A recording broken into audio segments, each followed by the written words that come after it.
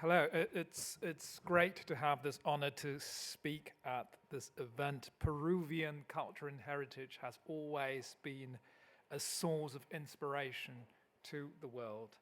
And of course, talking about all the developments of contemporary sustainability approaches, Peruvian architecture and Chinese architecture do share a lot. So it's a great honor of mine to present here. I am going to use the city that I have been living in since my birth, the city of Beijing, as an example, to report to you what we are currently doing and this idea of calling out for our world, for everything, to get back to balance. The Beijing today is very much evolved from the city of the early 2000s. It is a city of exciting architecture at the forefront of our global debate on our common future of sustainable cities.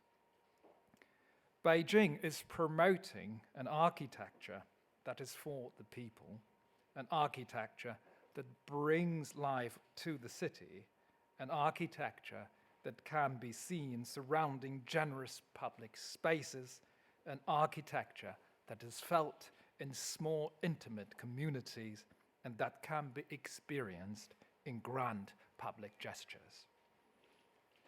Beijing is a city that combines old, established heritage with fresh innovations, a city in which the latest fashion trends can be observed in historic laneways and where former factories have become lively art districts. Beijing is also a city of adventures, a city where we go hiking in the mountains in the weekends, where we swim in the lakes in the summer and then ice skate on them in winter. Beijing is where we jog in the mornings, as myself do, and then celebrate with friends in bars, restaurants, and karaokes in the evenings. Beijing is a city where we appreciate the in-between architectural spaces, where you find people using the sidewalk to walk their dogs, but also to play chess, drink some tea, call their pigeons back home, sit down for a meal, play a bit of erhu, or take their crickets out, all the while being shaded by trees in the heat of summer or while enjoying the sunshine in the mist of winter. In short, Beijing is a city full of balanced life and a city best experienced in person. And that is why the first balance we are going to mention today is the balance between human and human. What allows the ancient city of Beijing maintaining its human-to-human balance in this new century, I believe, is the countless efforts and dedications through architecture and urban planning that have preserved the way of life and the values of people. Beijing, the cultural capital of China, takes pride in its rich history found in many cultural heritages located in the heart of the city. These traditional courtyard and hutong districts are where the old Beijingers have been living for generations, again as myself and my families do.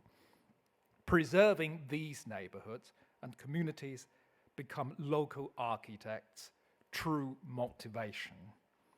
The deployment of micro-intervention strategies allow residents to continue living in the communities that keeps the city's culture and history alive. At the same time, their living conditions are also upgraded with modern amenities and convenience. And this is an intervention done by our professors.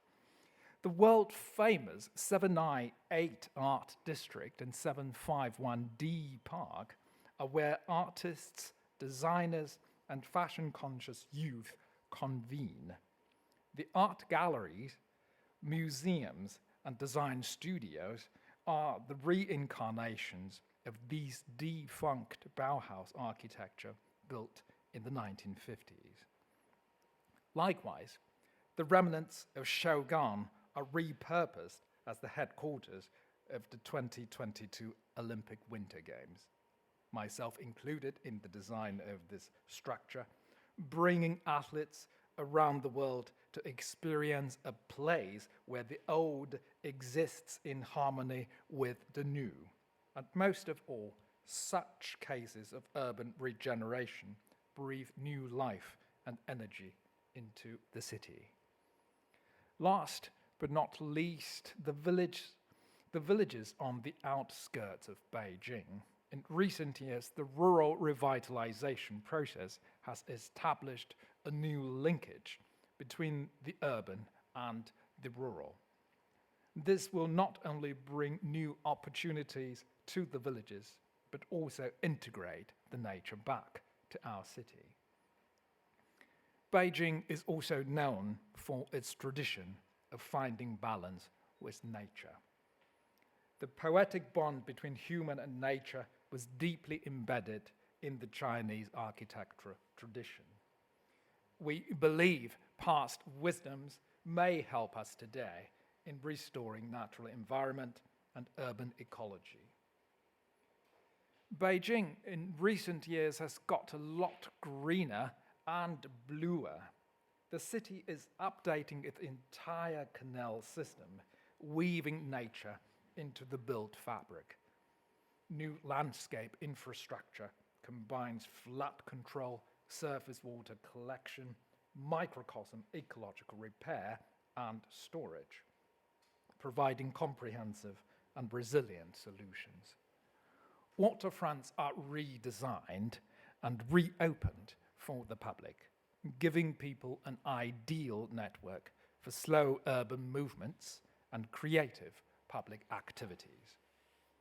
Low-carbon lifestyle, driven by carbon-neutral technologies in transportation, construction, and energy, has become a new norm. On the larger scale, solar and wind farms are built around the outer skirt of the city. On the smaller scale, pocket gardens and landscape patches are flourishing in the neighborhoods. The change is not only taking place in the city, but also in suburbs and countryside. Reinvented rural facilities featured some of the most vibrant contemporary architecture, reconnecting human with nature, reducing poverty at the same time.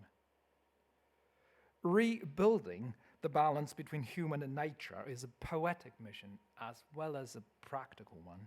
That is why the next balance kicks in, the balance between human and technology.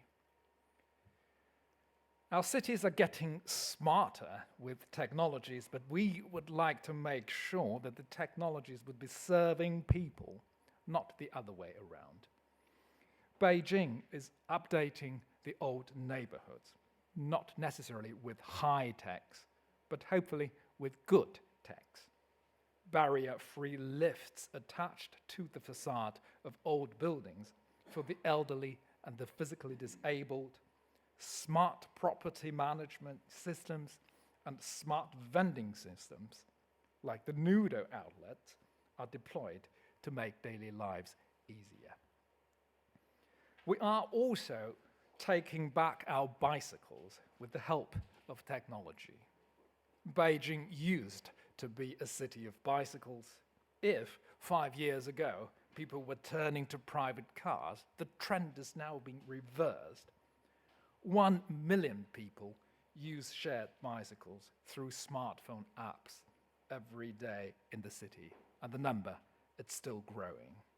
It is with the Beijing architecture optimism that we invite you, our friends from Peru, to discuss the balanced future of our cities. It is with the great honor that we look forward to the coming together of Peruvian architects and Chinese architects to share, to speak, to think, and to envision our common future. Thank you very much indeed.